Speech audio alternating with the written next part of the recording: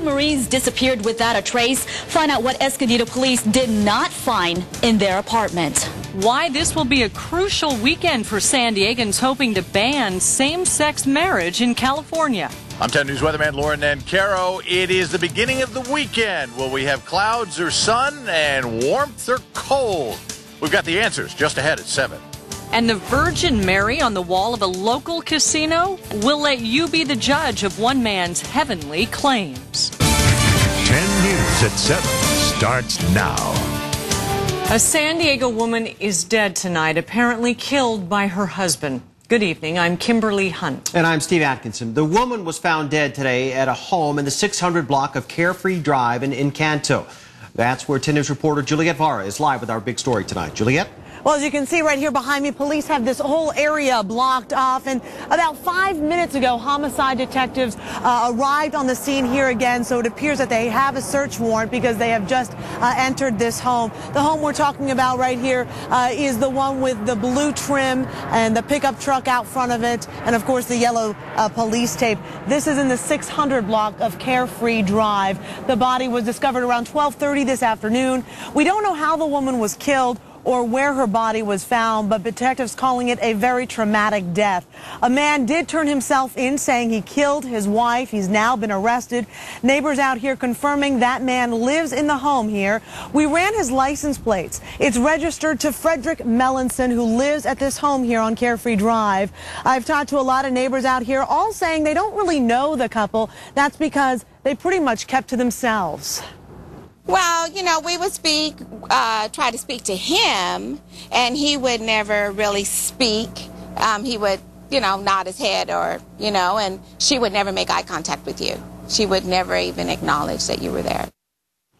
And we do know that the couple has lived here for about 8 years. Again, of course, a motive unclear, but homicide detectives just arriving back on the scene here, and they entered just a couple minutes ago. That's the latest out here from Encanto. I'm Juliet Vara at 10 News. Lots of details left to uncover. Juliet, thank you so much.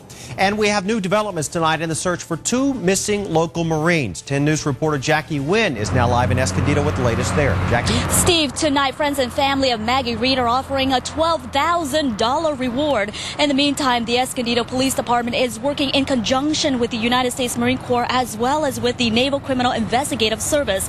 Now, the couple lived at this apartment complex behind me. Police searched their home on Thursday and they only found furniture and their Marine uniforms. Newspapers, a note stuck on the door from their respective commands, and a note from UPS. Strong signs this Marine couple hasn't been home. It's just unusual to have a husband and wife both missing and both from their Marine Corps stations. Disappeared without a trace. The Marines were last seen on Monday at their respective commands. On Thursday, police searched their home, Unit 4217.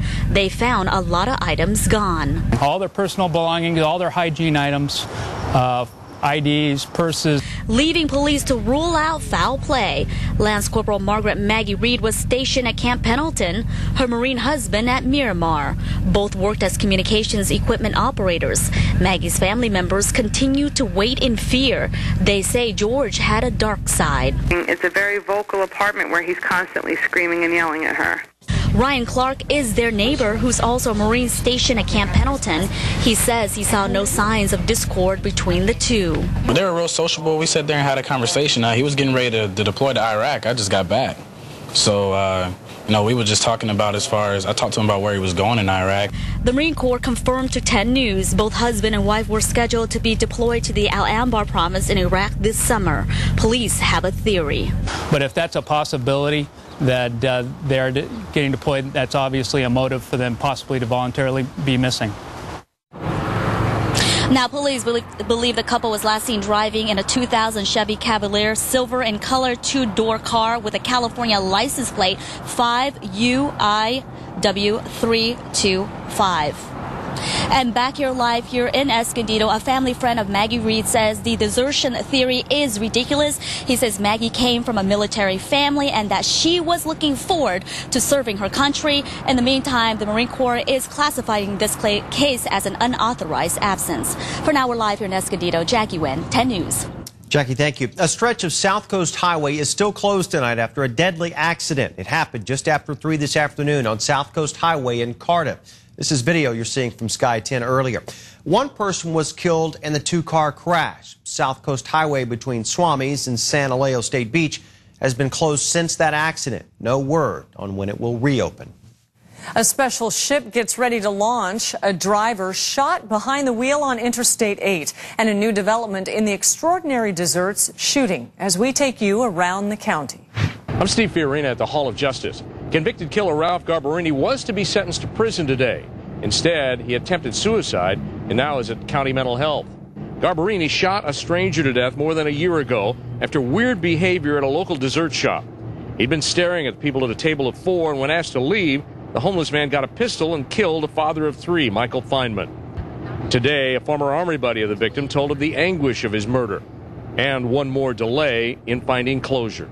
It's hard. I mean, we're going to continue to try to support each other and, pray through it. That's all we can do. We understand that everything happens for a reason, but it just doesn't seem fair that he can continue to do this on and on. Garbarini is now to be sentenced in 2 weeks, 82 years to life. I'm Jennifer Jensen downtown, where police are investigating yet another car-to-car shooting, this one that happened at the end of Interstate 8. Now, police say it happened at about 4:30 this morning. That's when 20-year-old Javier Octavio Navarro was shot in the face while driving in his car somewhere near Sunset Cliffs Boulevard. Now, he was taken by a Good Samaritan to a local emergency room with non-life-threatening wounds. A couple of brothers were in a car.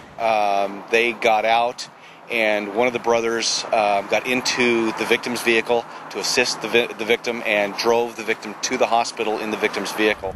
Now that Navarro is out of surgery, police undoubtedly have a lot of questions. I'm Bob Lawrence, where in 2 days, this massive ship named for an American hero will come off the blocks and move into the water. It's the 6th ammunition and cargo ship NASSCO is building for the Navy, and the first to carry the name of Amelia Earhart. In the 30s, Earhart was the first woman to ever fly solo across the Atlantic and Pacific. But in 1937, in an attempt to fly around the world, she disappeared without a trace. Still, her legacy lives on. We come across challenges every day that we're not sure how we're going to handle. We come through it just like Amelia Earhart did. A niece of the late aviator will be on hand, and the public is invited for the Sunday night launch. Gates open at 8 p.m. Police are asking for your help tonight finding a man accused of making threats against a local college campus. Tai Dang has allegedly threatened to kill police officers in the past. He's 5'10", 200 pounds with black hair and brown eyes. We are not being told which San Diego campus he threatened, but if you know where he is, please call San Diego police. The group spearheading an effort to ban same-sex marriage in California says it's collected nearly 1 million signatures. As digital correspondent Sharice Yu reports, that's more than the number needed to put the issue on the ballot. Marriage between a man and a woman, or marriage between two people no matter what gender. It's a highly debated topic. It's not by accident that God said Adam and Eve come together, a male and a female. A gay couple can't get married and get those protections. They're denied the fundamental right to marry, and they're denied equal protection of the law. But now an initiative to keep marriage between man and woman could end up back in the hands of voters come November. We're right up pressing against the 1 million mark in signatures right now. We'd like to have, to be on the safe side, 1.1 million. Just about 100,000 signatures left to put the initiative on the ballot. The initiative would change the California Constitution. It would be on the ballot in November and an actual referendum statewide to vote on the principle that marriage is the union of one man and one woman. Some of the major donors in opposition of same-sex marriage are from San Diego. Developer Doug Manchester alone has reportedly contributed $125,000.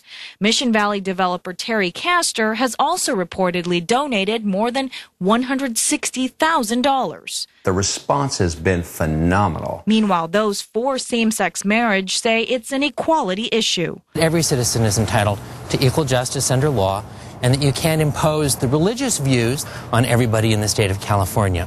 It will ultimately be up to voters if this initiative appears on the ballot. I'm Sharice Yu, 10 News.